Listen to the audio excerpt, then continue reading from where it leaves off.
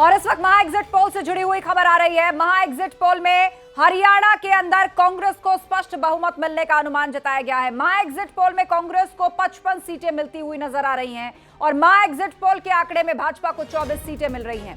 महा exit poll में INLD को 3 और जेजेपी को 1 सीट मिलने का अनुमान सामने आ रहा है। तो न्यूज 18 के महा एग्जिट पोल से जम्मू कश्मीर से जुड़ी हुई भी बड़ी खबर है और खबर यह कि जम्मू कश्मीर में कांटे की टक्कर देखने को मिल रही है।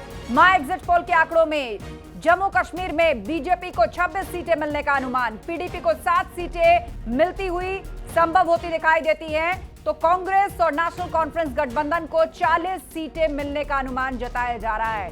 तो वो आंकड़ा जिसका आप इंतजार कर रहे थे, विधानसभा चुनाव संपन्न हुए 5 राज्यों में, ऐसे में हरियाणा जम्मू कश्मीर पर सबकी नजर थी, उनसे जुड़ा हुआ आंकड़ा जान लीजिए। न्यूज 18 का पोल ऑफ द पोल, महा एग्जिट पोल का आंकड़ा सामने आ रहा है। हरियाणा में कांग्रेस को बहुमत मिलने का अनुमान है। कांग्रेस को 55 सीटें मिल सकती हैं, बीजेपी को 24, आईएनएलडी को 3 और जेजेपी को 1 सीट मिलने का अनुमान है। तो दूसरी तरफ जम्मू कश्मीर से भी बड़ी खबर है। जम्मू कश्मीर में जो हुआ है वो बहुत ही दिलचस्प आंकड़े की तरफ इशारा कर रहा है। कांटे की टक्कर यहां पर नजर आती है। महा एग्जिट पोल के आंकड़े के मुताबिक जम्मू कश्मीर में बीजेपी को 26 सीटें मिलने का अनुमान, पीडीपी को 7 सीटें मिलती संभव होती दिख रही हैं, तो कांग्रेस और नेशनल कॉन्फ्रेंस गठबंधन को 40 सीट मिलने का अनुमान जताया जा रहा है। तो महा एग्जिट पोल के आंकड़ों में जम्मू कश्मीर और हरियाणा की क्या स्थिति है, यह हम आपको बता रहे हैं। तो आपको इस एग्जिट पोल की बड़ी बातें इस वक्त हम दिखा रहे हैं। हरियाणा में कांग्रेस को बहुमत संभव, हरियाणा में बीजेपी के पिछड़ने का अनुमान एग्जिट पोल के आंकड़ों में सामने आ रहा है। कांग्रेस को हरियाणा में 56 सीटें मिलती दिख रही हैं, तो बीजेपी को हरियाणा में 24 सीटों का अनुमान लगाया गया है। हरियाणा में आईएनएलडी प्लस को 3 सीट संभव, तो हरियाणा में जेजेपी प्लस को 1 सीट का अनुमान है। तो वहीं दूसरी तरफ जम्मू कश्मीर की बात कर लें, जम्मू कश्मीर में कांटे की टक्कर नजर आ रही है। यहां पर अनुच्छेद 370 हटने के बाद 10 साल बाद चुनाव हुए और जम्मू कश्मीर में कांटे की टक्कर है। जम्मू कश्मीर में बीजेपी को 26 सीट मिलने का अनुमान है। इसके अलावा कांग्रेस और नेशनल कॉन्फ्रेंस के गठबंधन को 40 सीटें मिलती हुई नजर आ रही हैं। महा एग्जिट पोल की ये बड़ी बातें हैं और चर्चा के लिए हमारे साथ गेस्ट पैनल जुड़ा हुआ है। तो शुरुआत सबसे पहले एसएन सिंह जी आपसे कर रहे हैं। एग्जिट पोल के आंकड़ों के मुताबिक हरियाणा में तो बीजेपी को बहुत बड़ा झटका लगा है। नहीं, देखिए, अभी आपके चैनल के माध्यम से ही बताया जा रहा था कि ये अंतिम परिणाम नहीं है, ये एक अनुमान है और निश्चित तौर पे हम इस पे प्रश्न चिन्ह नहीं उठा सकते। आपका एक जिम्मेदार चैनल है, बड़ी जिम्मेदारी से आप लोग सर्वे करते हैं। लेकिन 2-3 एग्जाम्पल दूंगा। अभी 2019 में आप देखे होंगे हरियाणा में ही भारतीय जनता पार्टी को 60 से 70 सीटें देने की बात कही जा रही थी, लेकिन भारतीय जनता पार्टी को 40 सीट मिलती है। पश्चिम बंगाल में भारतीय जनता पार्टी को बड़ी बढ़त की बात कही गई और पश्चिम बंगाल में उस तरह के परिणाम नहीं है। और छत्तीसगढ़ में कांग्रेस की सरकार बनाई जा रही थी, लेकिन परिणाम उसके विपरीत आए, भारतीय जनता पार्टी की वहाँ सरकार बनी। और आपका जिम्मेदार चैनल 2017 में उत्तर प्रदेश के ही चुनाव में दिखा रहा था कि वहाँ पे मिलीजुली सरकार बनेगी, लेकिन वहाँ 403 विधानसभा में 325 सीटें भारतीय जनता पार्टी के पक्ष में आती है।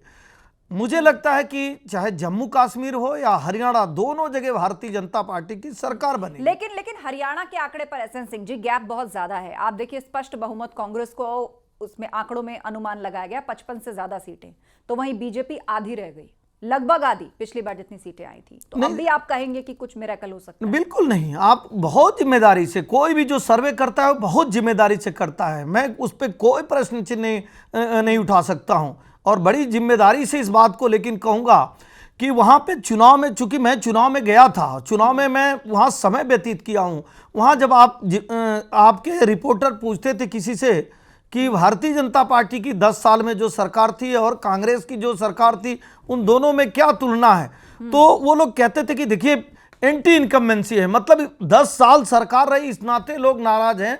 लेकिन जैसे कांग्रेस पे बड़े बड़े जमीनों के भ्रष्टाचार का आरोप लगा, जैसे 2005 में और 2010 में दलितों पे अत्याचार हुए कांग्रेस के सरकार में, भारतीय जनता पार्टी की सरकार में ऐसा कुछ नहीं हुआ। तीसरी बात, वहां की जनता से आप जब भी बात हो रही थी तो वहां की जनता ये कह रही थी, एक आम आदमी को भी पारदर्शिता से नौकरी मिली, खर्ची पर्ची की सरकार नहीं रही। अब जम्मू कश्मीर पे आ जाइए 10 सेकंड में। देखिए जम्मू कश्मीर में कितना बदलाव हुआ है हम तो कह सकते हैं। कांटे की लेकिन टक्कर राहुल दिख रही है गांधी यहाँ जी जाकर वहां पर जब आइसक्रीम खा रहे हैं, बैडमिंटन खेल रहे हैं, पर्यटन कर रहे हैं, इसके पहले कोई कांग्रेस का व्यक्ति अपना फोटो दिखा दे कि गया हो। उनके गृह मंत्री जी कहते थे जम्मू कश्मीर में जाने में डर लगता है।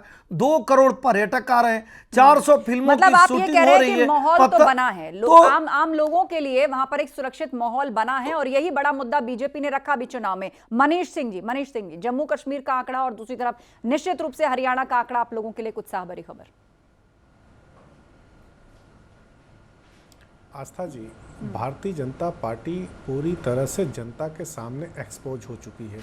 जनता जानती है कि भारतीय जनता पार्टी ने 2014 में क्या करके सत्ता को हासिल किया था।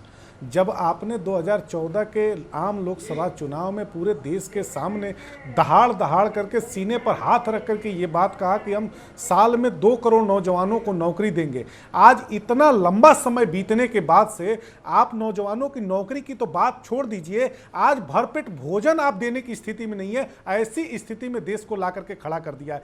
देश जानता और पहचानता है कि जो हमारे ऊपर शासन कर रहे लोग हैं उनकी मानसिकता कितनी तानाशाहियत भरी हुई है। मैं ये बात आस्था जी बहुत जिम्मेदारी के साथ कह रहा हूं। जैसे इन्होंने अग्निवीर योजना, देखिए उत्तर प्रदेश में 2022 का जब विधानसभा का आम चुनाव हुआ तो हमारे नेता श्री अखिलेश यादव जी की नीतियों पर जनता ने मुहर लगाया।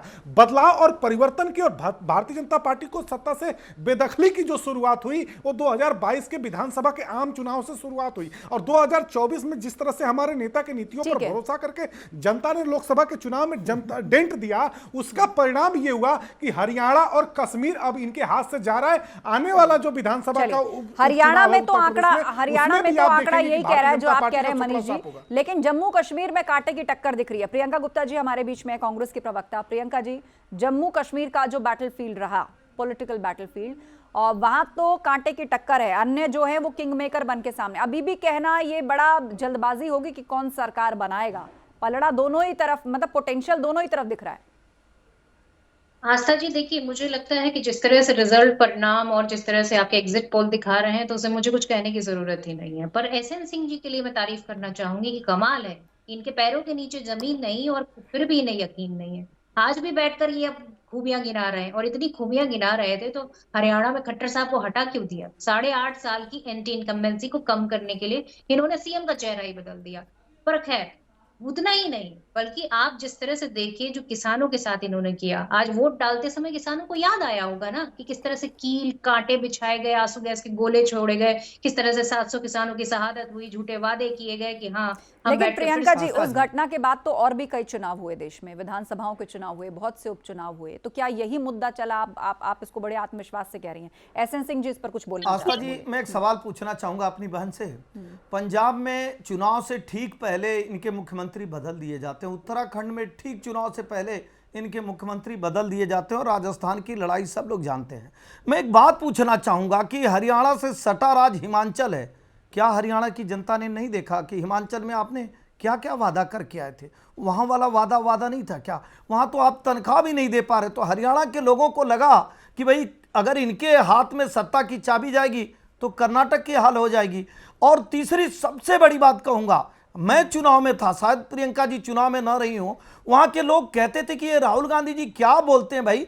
जो पंजाब के लोग रहने वाले गुड़गांव में, फरीदाबाद में, सोनीपत में, पानीपत में थे, उन्होंने कहा कहाँ राहुल गांधी जी ने कह दिया कि हम कड़ा, कंघा और कृपाण और केस वो करके हम जो है गुरुद्वारे में जा ही नहीं सकते हैं।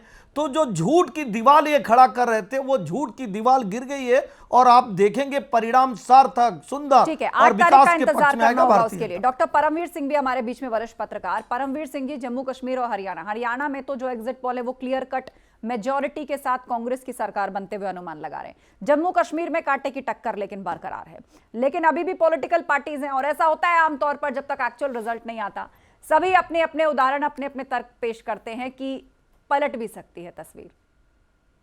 आस्था जी, एक लाइटर नोट में बात कहूंगा, कोई अपने ऊपर सीरियसली ना ले। हरिशंकर परसाई जी ने लिखा हुआ है कि राजनीति में शर्म केवल मूर्खों को आती है। और देखिए, राजनीति का काम ही यही है कि जब तक आप लड़ाई लड़ रहे हैं तब तक आपको कहना पड़ेगा जीत रहे हैं, और जीतने के बाद आप, अभी इस बार शायद नहीं होगा, फिर ईवीएम को कोसना और चुनाव में गड़बड़ी करना, ये सब भी कहा जा सकता है। तो बहुत सारा फील्ड ओपन। कौन कोसेगा ईवीएम को, परमवीर जी?